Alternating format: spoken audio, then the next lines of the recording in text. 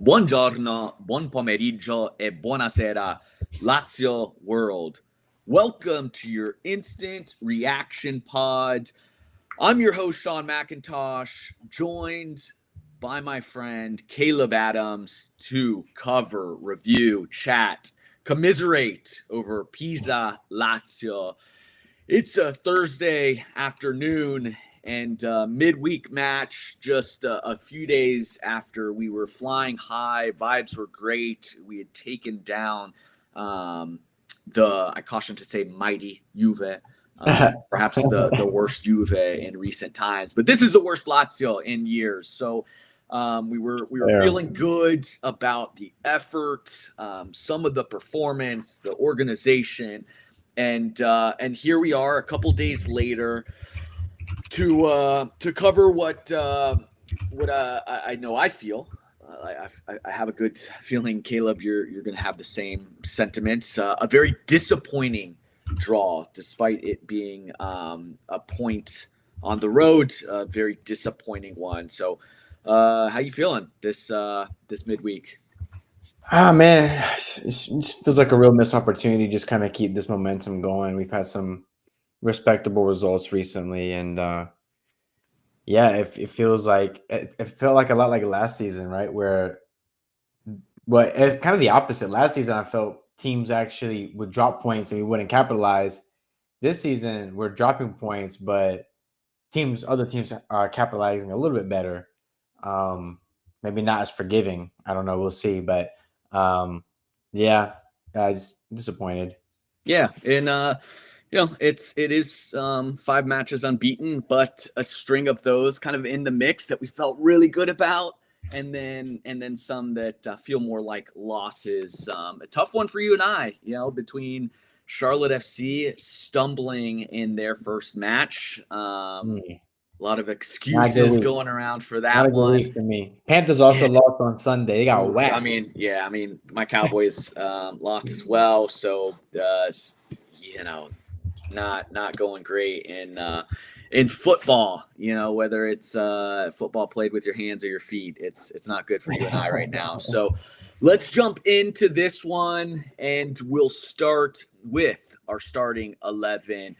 Only one change in the 11 from the Juve game, and that one is Pellegrini finding himself in the starting 11 at that left back spot. Marusic still starting. He moves from that left to the right, with Lazzari moving to the bench. It's Romagnoli, Gila, Basic, Cataldi, Gendouzi, Isaacson, Zaccagni, and everybody's favorite, Dia, leading the line. And this one, a much slower start to the match. There is heavy, heavy rain early in this game, which was a sign of things to come. The weather was sloppy and the football was just as bad. So Lazio, again, just failing to really connect on passes. You see 17 minutes in, Dia gets a ball in the box, and my man has got cement bricks as feet because he just can't control it. I said first 20 minutes just very sloppy, and not just by one or two players. We're seeing missed passes by Pellegrini, Cataldi, Romagnoli, Gendouzi, all miss-hitting easy passes. It's not until the 22nd minute, with our first shot on frame, Romagnoli playing a nice ball to break the lines, finding Basic kind of at the edge of the box, plays a really nice shot, testing the keeper, a little bit of an easy save, but does well to get it on frame. 25th minute, a cross falls into Torres' feet in the box, makes contact, but we really walk away unscathed. Very lucky that he mishits it. Shot goes wide. And then 32nd minute, Zaccagni, a fantastic job cutting in, holds his pass, slots it into Isaacson, who essentially has a gimme. As easy of a shot as you can hope for. Isaacson, left-footed player, He's playing it from that right side, just needs to curl it in and essentially right to the keeper and makes it far too easy. Missed opportunity that we would come to rue. 32nd minute, Basic with a laser, with just an incredible shot from outside the box, hits the post. And we go into halftime 0-0, but we go into halftime feeling good about what we're starting to see, a little bit of momentum, the game opening up, some halftime subs, Pedro in for Dia. And, it's honestly a match that could have put you to sleep because there's not a ton happening. We had more substitutions than we had chances created. Ultimately, walk away unscathed. Pisa with a couple chances, Providel with a big save. This one ends 0-0. It's another clean sheet. It's another point, but it's another disappointment. Caleb, give me your 3 words or less to describe this one. Playing for loss? Playing for draw? Question mark. Seemed that way. I honestly, I tweeted out that. So my biggest concern coming to this game was our ability to break down Pisa. Like without Tati, without Tavares, and just a very defensive-minded, box-to-box-ish type of midfield that we have right now, I felt the game was going to be quite a bore and just a struggle for us to break down. I was anticipating a lot of crosses. And to be fair, the first half surprised me a little bit. We were a little bit slow to start. As we were going, I think maybe around after the 30th minute, we started seeing some real nice combination plays in the team. We started opening up Pisa. It looked like the momentum was on our side. Come the second half, I don't know what happened, but it seems like we put our foot off the gas. We just left our foot off the gas. Seemed to try and slow it down. It almost felt like, hey, we survived up to this point without conceding a goal. Let's just try and finish this out 0-0. Yeah, it was weird. It wasn't good play as well, but even just like the effort and stuff and energy and some of the drive to win the ball back seemed to be a little bit lacking. And I don't know where that stemmed from. But it was, I don't know. Were we content with the draw here? No, we shouldn't be. And my 3 words was second half collapse, and I use that word collapse intentionally because I think it's a second half that's deserving of a very harsh word like collapse because we saw some momentum. This game started sloppy, and then I said it after the Isaacson miss. Obviously, just my goodness. One again, I said it. We would go on to rue that miss. But the hope was that it at least opened up the game and would build some momentum, which we did up until halftime. And then we make a substitution that I think we're all fine with. Like, get Dia off. I don't care if it's Noslin, Pedro, my grandmother. Like, get him off the pitch, and it should largely be a positive outcome. Instead, it was a much worse 45. No direction. Individuals didn't play well. Like, we'll talk about what we saw tactically and maybe what Sadi could have done. But, at the end of the day, especially looking at this one, like, there was individuals weren't playing. Nobody was sharp. The miss from Isaacson is an individual miss. The inability for anybody to really take on a man. You look at the fast break at the end of this one too. Like, we have one chance. It's like you got 4 players.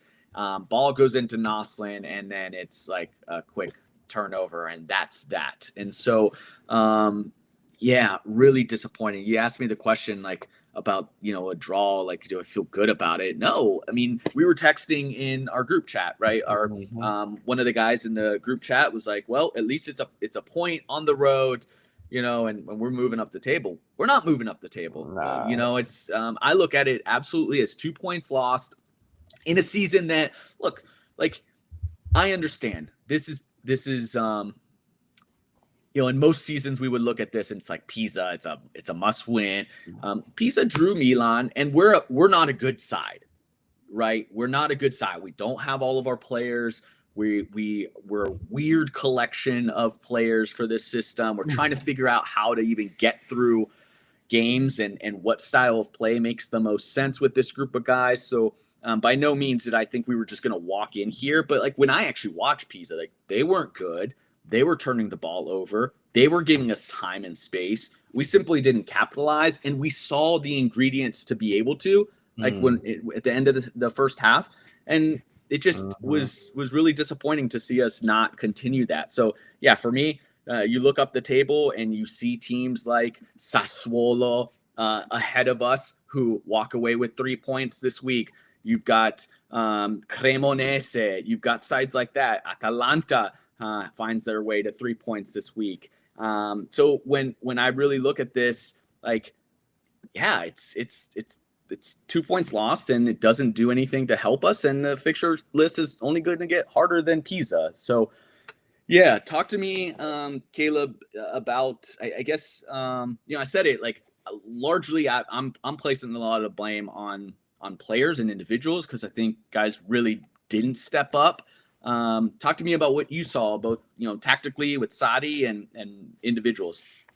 Yeah, so I noticed that in the first half we had a lot more room to counter in general. It seems like I also think Pisa made some adjustments at the half that sort of hinder our ability to play and sort of expose our ability to actually break down teams in possession.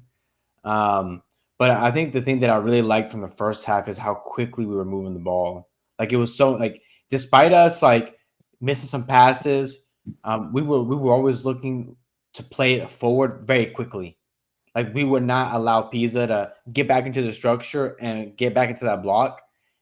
In the second half, it was too slow, and Pisa had that time to get comfortable, to be able to keep all the defending in front of them. And I think a lot of that, I think a big issue that actually came from the half here was actually a substitute that we both wanted to see, but I think Sadi actually messed up here. I think he's messed up here.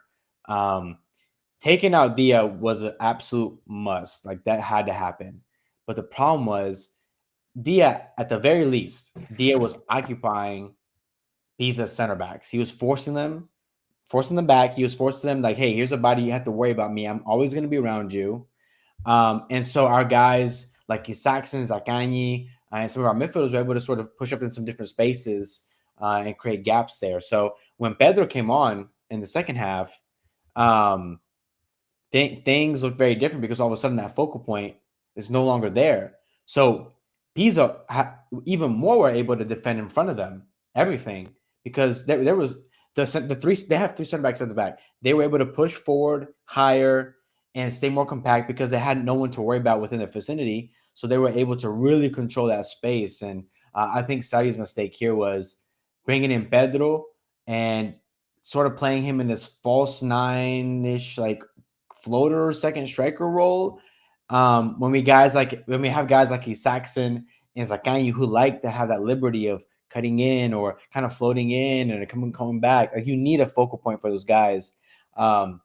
And even though Tati can play that false nine, Tati like he stays pretty central.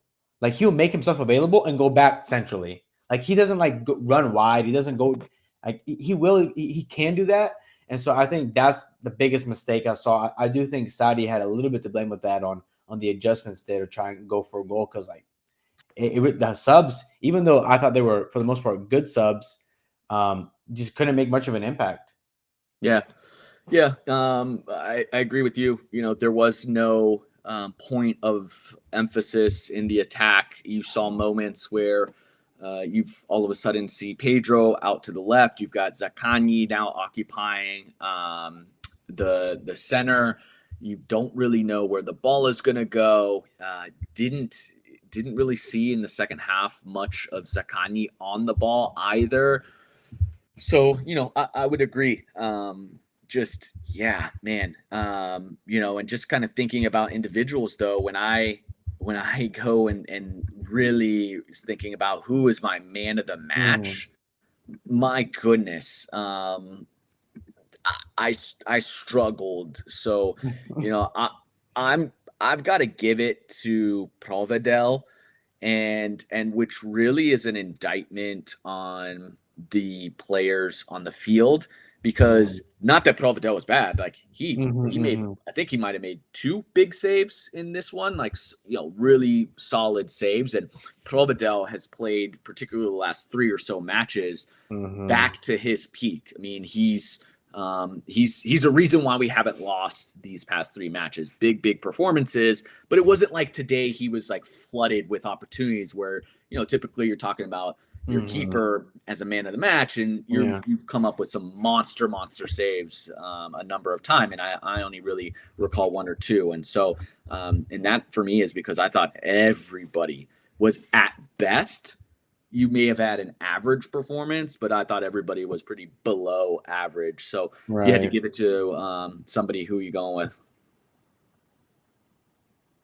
Um, I think probably that was a good shout, just from what you said initially of by default, maybe just because it wasn't so great on the outfield. I'm actually going to go with someone that I've really enjoyed his game in the past few games here. I'm going to go with Cataldi. I thought he had, for the most part, I thought he had a pretty tidy game for the most part out of the three midfielders. Not that our midfielders were particularly bad. I thought Guendouzi actually had a bit of a bump in this match. He looked a little more active and a little more. He looked better on the ball than he did in previous times. He struggled. But Cataldi for me has been pretty consistent across the board, and he was actually the one who made that pass in behind to Zaccagni to set up that goal.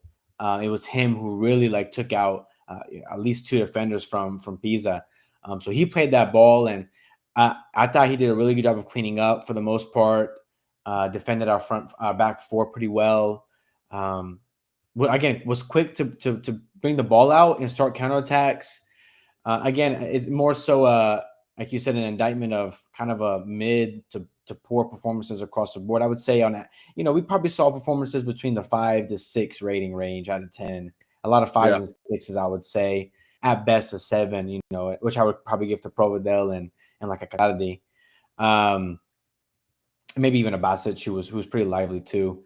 But yeah, it's you don't really want Katadi being your man of the match here. yeah, you don't, Or because Providel for that matter. yeah, well, for sure not Provedel. Obviously, that means he's having to put in some work, and against a side like Pisa. But I'm glad you mentioned Cataldi, because he deserves a ton of praise. I think he is, what you see from him is, honestly, really what this side needs. Is he's so consistent, and he just does a lot of the things that are right. I talked about this on the podcast following the Juve match, that things like his layoff to Basic for that goal Hmm. is so easy for people to Right, overlook, because it's not some stellar pass, right? It's right. just an IQ level. You kind of see it over your shoulder. He's making the run. You lay it off. It's easy to be a selfish kind of guy, take the crack yourself, or and so that's just the type of player he is. So in a match like this, right, he's making like the right pass, and it's really funny because like he is we get a lot of I feel like we get a lot of the same results with him in terms of that, like, outcome from that position, as we do with Rovella, because both play really good defense. His is just more, I guess it's just, I don't know what it's like harder for it to pop off the page. Like, Rovella seems much more lively, and he's kind of just there. You know what I mean? I think you're on mute. Can you hear me? Hmm. I can't. I can't hear your audio.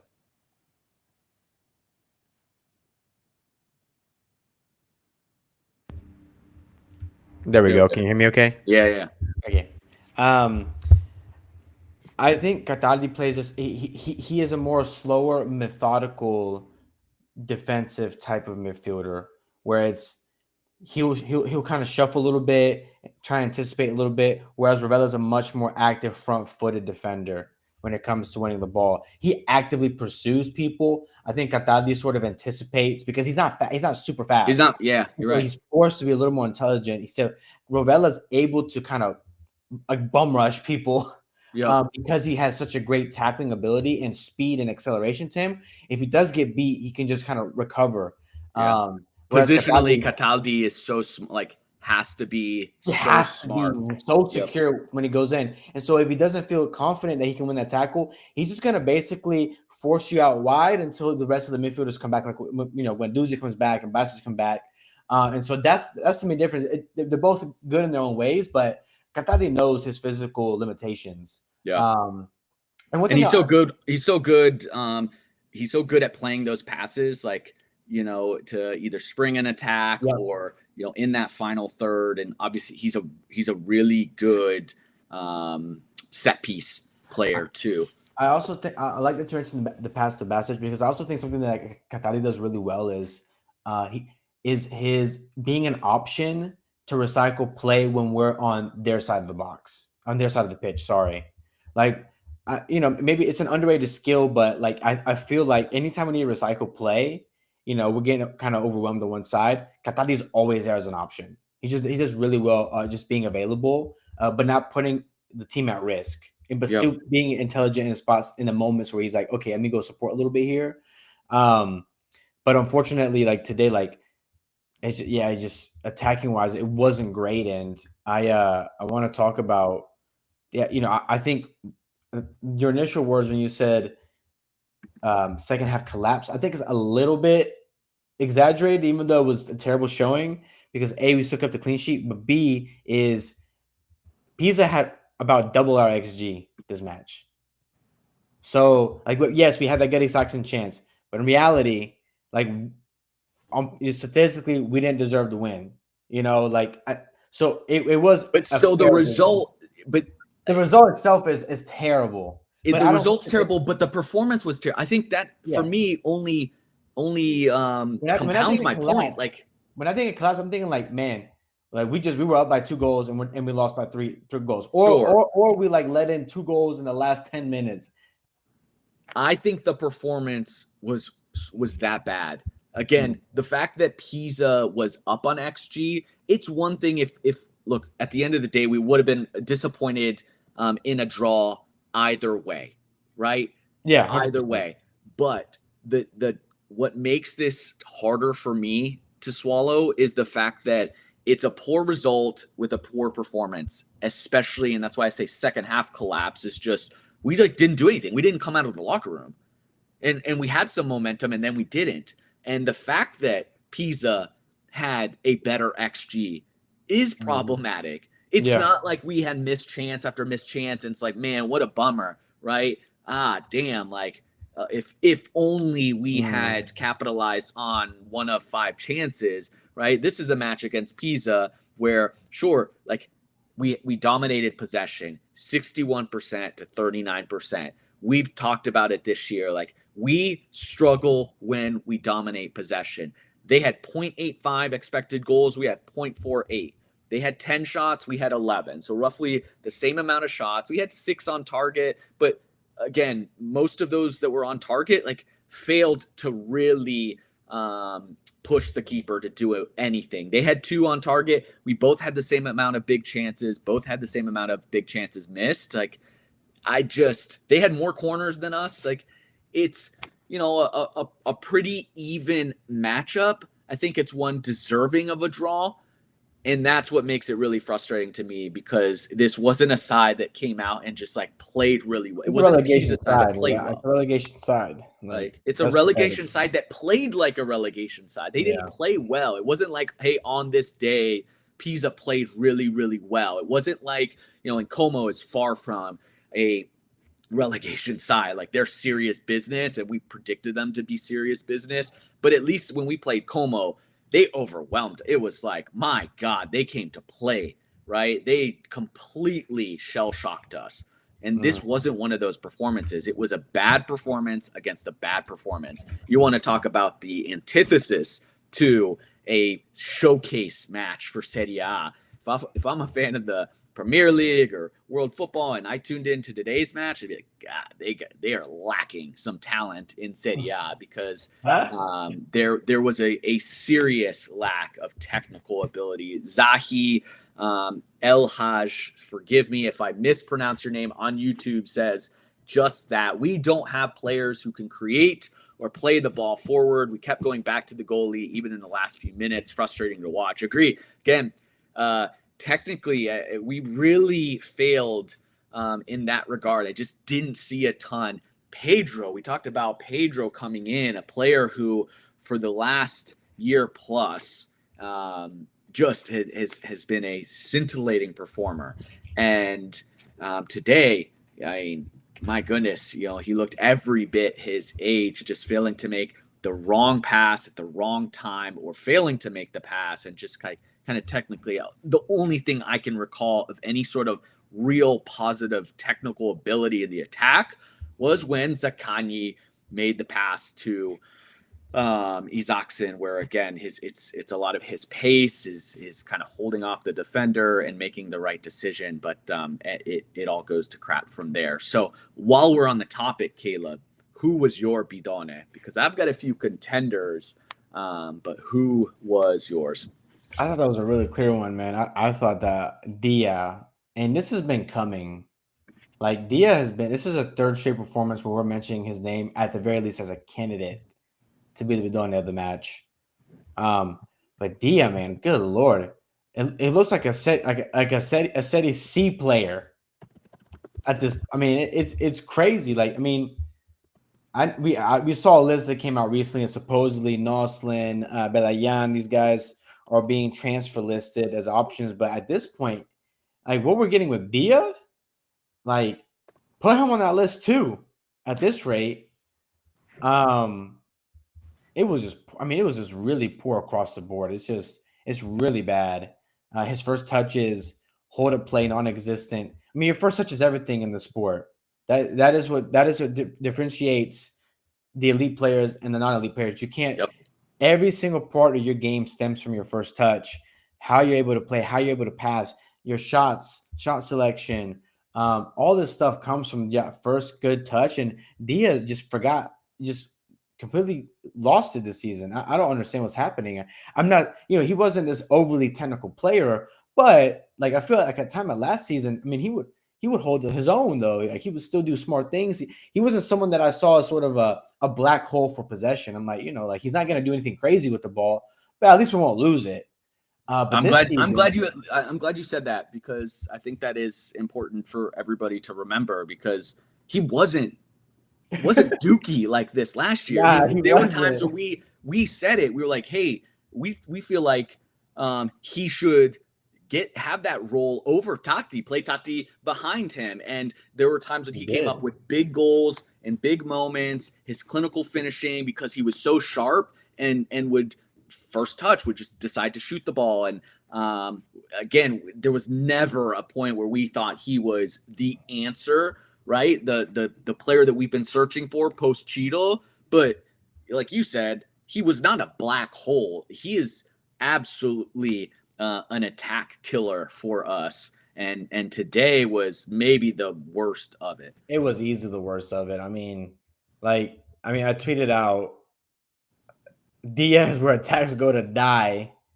That's the reality. I mean, I just think of so many killed attacks, and I feel. I mean, when you have wingers like Zaccagni and Isaacson that I think really rely on a focal point that they can play off of well, there's a reason why Tati is so critical to that attacking point. Is despite not being a super clinical finisher, Tati is still able to provide and generate chances for the team with his ability to connect and hold the ball up and quickly move the ball up the field with guys like Zaccagni.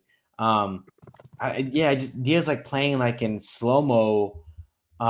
It's really, really odd. And I don't know if he just doesn't feel comfortable in that role up top. I don't know if he's got to be lacking confidence at this stage. But man, we were talking about how terrible Nelson was last season, but at this rate, Nelson's younger. At this rate, I'm like, do we really want to sell Nelson over Dia at this point? Like, I'm questioning that.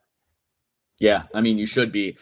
I think about just the sad state of affairs. You go, from Cheetah to Tati to now Dia to now clamoring for a possible Noslin appearance. Like, how bad have things gotten? And again, we're all in a state of just wishing we had Tati. And no knock on Tati. Like, I think you and I have been like staunch supporters of him and are always fair about what he brings and what he doesn't bring. But with any of his faults, we will take that because even in the matches where he would be our bidon time and time again, we always said, but here's the things that he does really, really well. Man, if he can just figure out some of the finishing and this and that. And of course, we get a season where he starts off seemingly to kind of have put it all together, and then we lose him only for this to happen when Dia is like you said, lost all his confidence, and losing that is a killer in that role and in that position. I mean, Tati has had his own fair share of like confidence just being a problem, and in that position, it's everything. And right now, I don't know. Sadi needs to be the adult in the room that like figures that out and sits him down and maybe gives Noslin the opportunity, because we can't keep doing this. So let's talk about. Well, I guess I'll give my bidone. It's Dia, no doubt. But just want to again shout out two players that I also think were in the running. We talked about Pedro. Very rare to have him in there, especially because he's usually coming off the bench. But it was a real poor performance, and Sadi is to blame for a little bit of that because it was just such a confusing system that we were playing, and no real point of attack. But then Isaacson, for me, is another one, just missing that opportunity. Really struggled to beat his man today, especially coming off of what for me was the man of the match performance against Juve. So really disappointing that we couldn't get back-to-back positive performance on there, and that attacking trio just brutal. And I know we continue getting disappointment about Zaccagni, and a lot of people kind of why Zaccagni's got to be the leader, and no doubt he needs to. He's our number 10, he's our captain, he's technically our best player. But I also just want to remind people, like, what the hell is he supposed to do when there's nobody else in attack doing anything? And it's really tough. He's continues to. I'd have to look up the stats, but watching every single one of these matches, like, he's fouled 3 to 5 times a match, so he's got to be right. He's still doing those things that he's always done really well, and that's drawing fouls and attacking. But it's easy to defend him because nobody else is doing anything. So everybody kind of shades attention on his side. And, the one time he takes advantage of that and lays it off, you got to have players that can finish. So it's an attack that's struggling. But look, let's talk a little bit about the positives. Right? What did you see as your positives? Like, what hope can we draw from this as we move forward? Yeah, I think for positives, this is the first time Lazio have gone 3 straight games with a clean sheet in Serie A since March of 2023, which is about 2.5 years ago. And what is that the year we finished in second? I think it was. That would have been the year. I think it was. Yeah, that would have been the year before the last, right? It would have been second. We followed it up with the year we sacked, or I guess Sadi walked away. I'm pretty sure it was 22-23. That was that season. Yep, it was exactly. So that's the first time since then that we've had 3 clean sheets in a row since then, which feels like an eternity ago. Good Lord. That season feels so long ago. God. But that's a positive. Like, we kept, we're keeping them. I'm curious to see here now. I'm going to look up We've allowed the third fewest goals in Serie A. There you So the go. only teams that have allowed fewer goals than us, you've got Roma, who incredibly have Sarri is only just allowed Simeone 4 in goals. disguise right now at this point. Mourinho in Yeah, disguise. yeah, yeah. Because like that's become sort of how we've succeeded under him at Lazio. It hasn't been Yeah, like that has been the thing that has really defined, I believe, his legacy and time at Lazio has been the defensive solidity of the team under him. Whereas he was much more known for the attacking side of things with Napoli, for example. But yeah, and it's interesting because I'd love to see how that changes with players, because I'd have to go back to his first season with us. I can't recall how many goals we ended up scoring, but if memory serves correct, it was a 27 goal season for Ciro Immobile, and it was the last healthy season of Ciro. And so then you follow it with injuries and Sadi having to patch up a lineup that saw Felipe Anderson come in as a false 9 successfully. And then you've got Tati in his first real season. quick, I'm just looking Go at the ahead. stats here. Cheeto had 12 goals that season in league. No. I'm saying his Oh, first season. first season. Okay. 21, 22. Yeah, My yeah. bad, my bad. No, I I'm got you. I got you. I got you. I'm saying That's right. Yeah. yeah, under That's Sadi, right. he only got one That's right. Yeah. season with a healthy Right. Yeah. Cheeto, in which he was a capocannoniere, scored boatloads of Yeah. goals, and then you have the Yeah. injury to That's right. Cheeto. And so since then, he's really had little in the attacking phase. He's had again Felipe Anderson having to play a false 9, a young Tati first time in Serie A trying to figure things out. Now he's got a roster of like Isaacson, Cancellieri, Dia, like pretty grim. So I'm curious to see what does like it's been years since we've seen Sadi ball. Like is Sadi ball right now? Is it a it's fair to say it's a product of like the players that he has, but we've said it for That's fair, but 4 matches or so. If we're gonna be successful, we have to play this way. But even when Milinkovic Savic and Alberto was still in the team, like particularly like the 2020, like even times during that 23 season, but like even going into like the 23-24 season, it was so boring to watch us. But we just scrapped goal. Like we were fine with that just because we were just scrapping results. Yeah. Yeah, even with guys like that who are these are two centimeters who are incredibly talented and game changers on their best day. Random fun fact though, in 2023, Dia was the third highest goal scorer in Serie A that year with 16 goals. That's that one really good year he With had. Salernitana. Yeah, I Yeah, remember that's that. how he yeah. But yeah, so that's a positive though for me. Like that, remember we talked about it. We said the only way we're gonna be able to hang in there until the Mercato in January is gonna be locking it down on defense and scrapping for Yep. goals. Like this is the Has game to. plan for us to stay in the race, to at least stay fighting in this until hopefully, maybe potentially, we'll see a little sprinkle in the in Yeah, January. and no, it is. Guys, like play organized, do not concede, don't be stupid, and then finish your chances because we're not going to get a ton of those. So guys have to finish their chances, and it's going to take a little bit of luck, and it's going to take holding on for dear life in most of these matches. So taking a look at the table here, again, Lazio not helping themselves. We are after 9 matches, all Serie A matches played.